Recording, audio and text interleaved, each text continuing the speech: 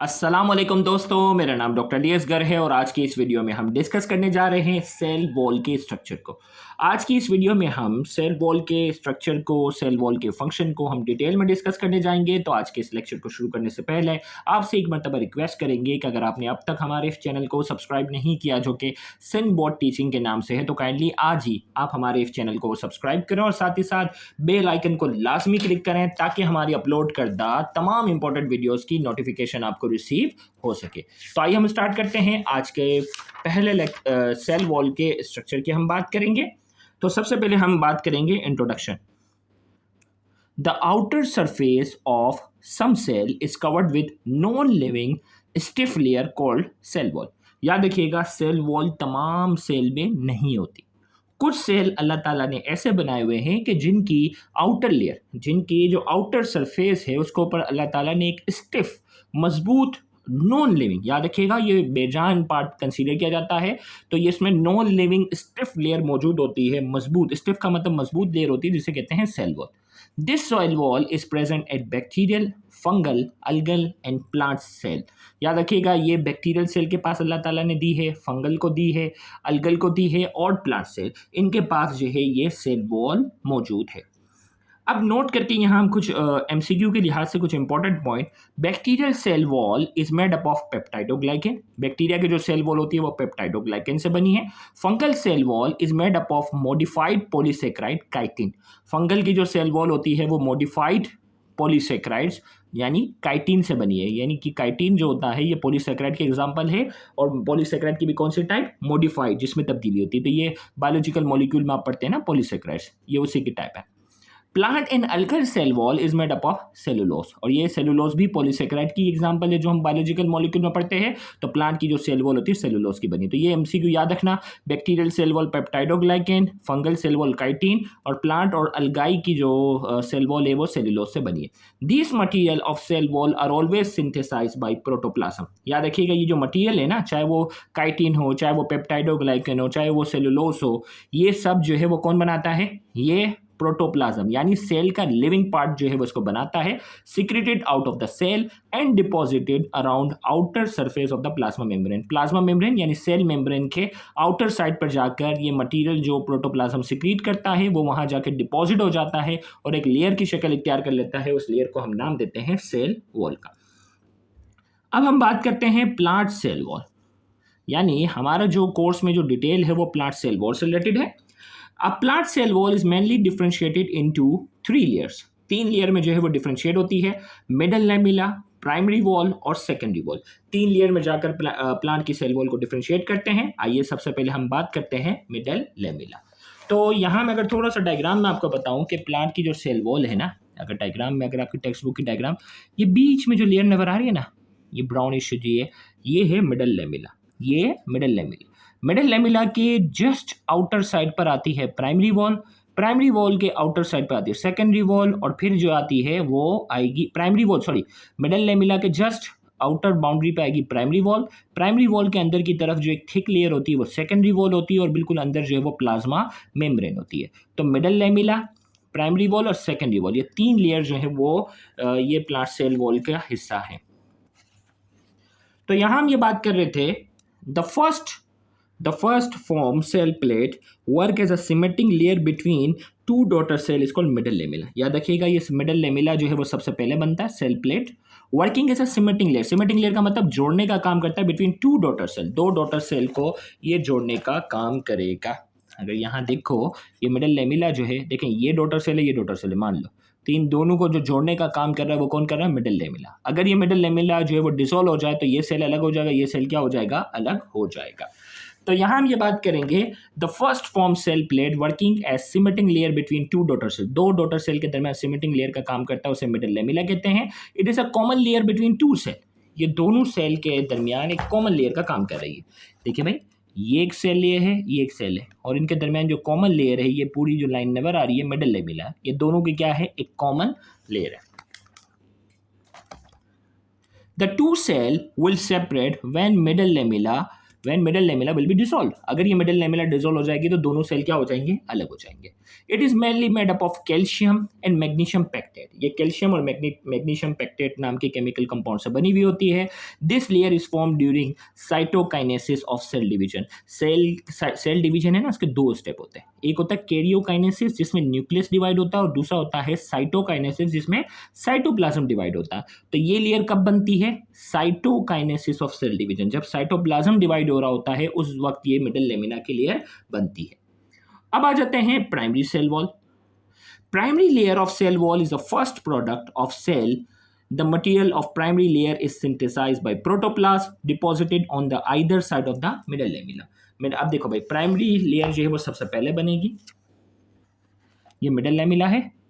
Middle lamella के इस तरफ जो सबसे पहली लेयर जो बननी है, देखिए ये ना, ये वाली लेयर सबसे पहली, ये देखो पूरे मिडल लेमिला के, देखो मिडल लेमिला ब्राउन से है ना, लाइट ब्राउन से।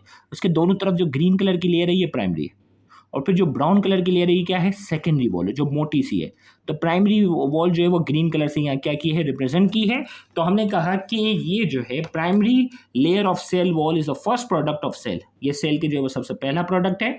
The material of primary layer is synthesised by protoplast deposited on either side of middle lamella. Middle lamella के आइदर साइड, दोनों तरफ जो है ये बनेगी।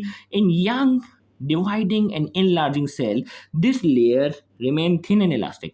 यंग डिवाइडिंग और इनलार्जिंग सेल, जब सेल जो यंग होता है, डिवाइड हो रहा होता है, इनलार्ज हो रहा होता है, तेजी से ग्रो करता है, तो ये लेयर क्या होती है, ये लेयर जो होती है वो थिन होती है और इलास्टिक होती है, लचकदार होती है। It becomes thick and rigid when cell reached maturity. Maturity पे जब सेल की एक सर्टेन एज हो जाती है उस वक्त ये थिक और रिजिड हो जाती है। At some places in cell wall, the deposited of wall material does not take place. These places are known as plasmodesmata. अब जो सेल वॉल है ना, सेल वॉल जब बन रही होती है तो कुछ जगहों पर क्या होता है कि सेल वॉल का मटेरियल सही से डिपॉजिट नहीं होता, उसमें क्या होते हैं, छोटे छोटे सुराख रह जाते हैं। उन सुराखों को हम क्या नाम देते हैं, प्लाज्मोडेस्मेटा का हम उसे नाम देते हैं।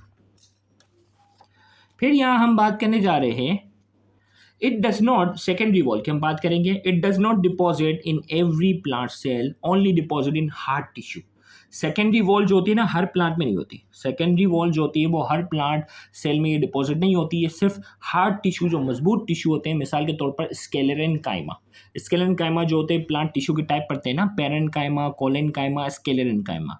तो ये जो स्केलेरेन्काइमा जो इसके जो टिश्यू होते हैं, इस हार्ड टिश्यू में जो डेड टिश्यू होते हैं इसके अंदर ये डिपॉजिट होती है। The cell become dead at maturity. Sclerenchyma वाले सेल जो होते हैं वो मैच्योरिटी के बाद क्या हो जाते हैं, डेड हो जाते हैं, और वो उसका काम सिर्फ सपोर्ट करना होता है, प्लांट को मजबूती देना होता है। Secondary wall deposit after complete maturation of primary cell wall. Secondary wall कब बनती है, जब प्राइमरी वॉल कंप्लीट मैच्योर हो जाती है तब सेकेंडरी वॉल बनती है। It is very thick and rigid due to deposition of lignin in organic salt and some waxes. ये क्या होती है, बहुत थिक होती है, रिजिड होती है, due to deposition of lignin and inorganic salt and some waxes. इसमें कुछ वैक्स होते हैं, लिग्निन होते हैं, इनऑर्गेनिक सॉल्ट होते हैं, इसकी वजह से ये बहुत ज़्यादा थिक होती है लेयर और मजबूत होती है। It play important role in support of plant. इसका मेन किरदार जो होता है वो सपोर्ट ऑन प्लांट होता है। एग्जाम्पल की हम बात करते हैं कि ये सेकेंडरी वॉल किन किन जो है टिश्यू में पाई जाती है। स्केलेरेन्काइमा फाइबर में पाई जाती है, स्केलेरॉइड्स में पाई जाती है, जाइलम वेसल्स में पाई जाती है, ट्रेकियर्स कंटेन सेकेंडरी सेल वॉल। तो इनके अंदर सेकेंडरी सेल वॉल की लेयर मौजूद होती है। तो इन चार टिश्यू के नाम अच्छे से याद रखने हैं। आगे फिर जाइलम का काम हम पढ़ते हैं कि भाई रूट से क्या करना है, वाटर और सॉल्ट को एब्जॉर्ब करके लीफ तक पहुंचाना है, ये इसकी फिर डिटेल आती रहेंगी। तो स्केलेरॉइड्स, जाइलम वेसल, ट्रैकियर्स और स्केलेरेन्काइमा, ये चार टिश्यू के नाम अच्छे से याद रखने हैं जिसमें सेकेंडरी वॉल मौजूद होती है। अब ये जो डायग्राम थी, अब आप 3D डायग्राम तो आप नहीं बना सकते हो, तो एग्जाम में इस तरह की डायग्राम बनानी है कि मिडल लेमिला है, मिडल लेमिला के फौरन बाद प्राइमरी वॉल है, प्राइमरी के बाद सेकेंडरी वॉल है, और सबसे अंदर जो आती है वो प्लाज्मा मेम्ब्रेन है। ये स्ट्रक्चर पे आप जो है वो अच्छे से डायग्राम बनाएंगे। अब फाइनली हम फंक्शन ऑफ सेल वॉल की अगर हम बात करते हैं, it provides mechanical support, give definite shape and protection to cell. ये मैकेनिकल सपोर्ट प्रोवाइड करता है, पर्टिकुलर शेप और प्रोटेक्शन देगा सेल को।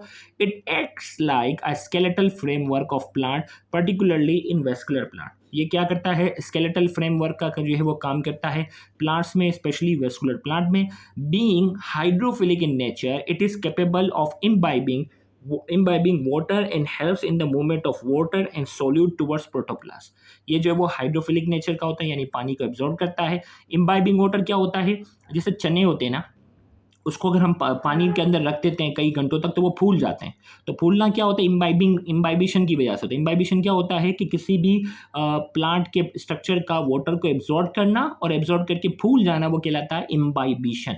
तो ये क्या करता है, हाइड्रोफिलिक है, पानी को एब्जॉर्ब करता है, लिहाजा इम्बाइबिंग पानी को एब्जॉर्ब करने में क्या करता है, हेल्प करता है। And help in the movement of water and solute towards protoplast, और पानी की मूवमेंट में हेल्प करता है। सोल्यूट के जो डिफरेंट आइंस होते हैं, पार्टिकल्स होते हैं, उनको प्रोटोप्लास्ट में मूवमेंट में हेल्प करता है।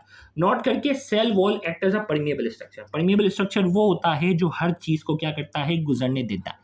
आगे हम अगले लेक्चर में प्लाज्मा मेम्ब्रेन यानी सेल मेम्ब्रेन पढ़ेंगे, वो सेमी परमिएबल है। सेमी परमिएबल का मतलब है कि कुछ चीजों को गुजरने देगा, कुछ चीजों को नहीं गुजरने देगा, जबकि सेल वॉल क्या है, परमिएबल है, किसी सेलेक्टिव चीज को गुजरने नहीं देगा, सबको गुजरने देता है। इसीलिए एमसीक्यू के तौर पे याद रखिएगा, cell wall act as a permeable structure, और प्लाज्मा मेम्ब्रेन, सेल मेम्ब्रेन जो होता है वो सेमी परमिएबल स्ट्रक्चर होता है।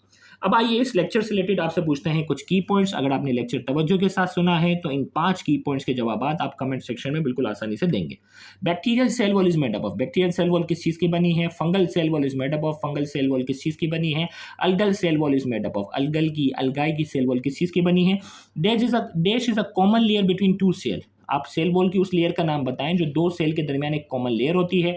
Dash layer of cell wall remains thin and elastic in young dividing and enlarging cell, वो कौन सी लेयर होती है सेल वॉल की, गौर से सुनिएगा, वो कौन सी लेयर होती है सेल वॉल की जो थिन और इलास्टिक होती है यंग डिवाइडिंग सेल में, और इनलार्जिंग सेल में वो सेल जो तेजी से ग्रोथ कर रहे होते हैं उनके अंदर जो है ये थिन होती है, उस लेयर का नाम बताना है। तो यहाँ जाकर आज के ये लेक्चर जो है वो मुकम्मल होता है। उम्मीद करते हैं आज के ये लेक्चर आपके लिए काफ़ी इंफॉर्मेटिव होगा। Thank you very much. अल्लाह हाफ़िज़।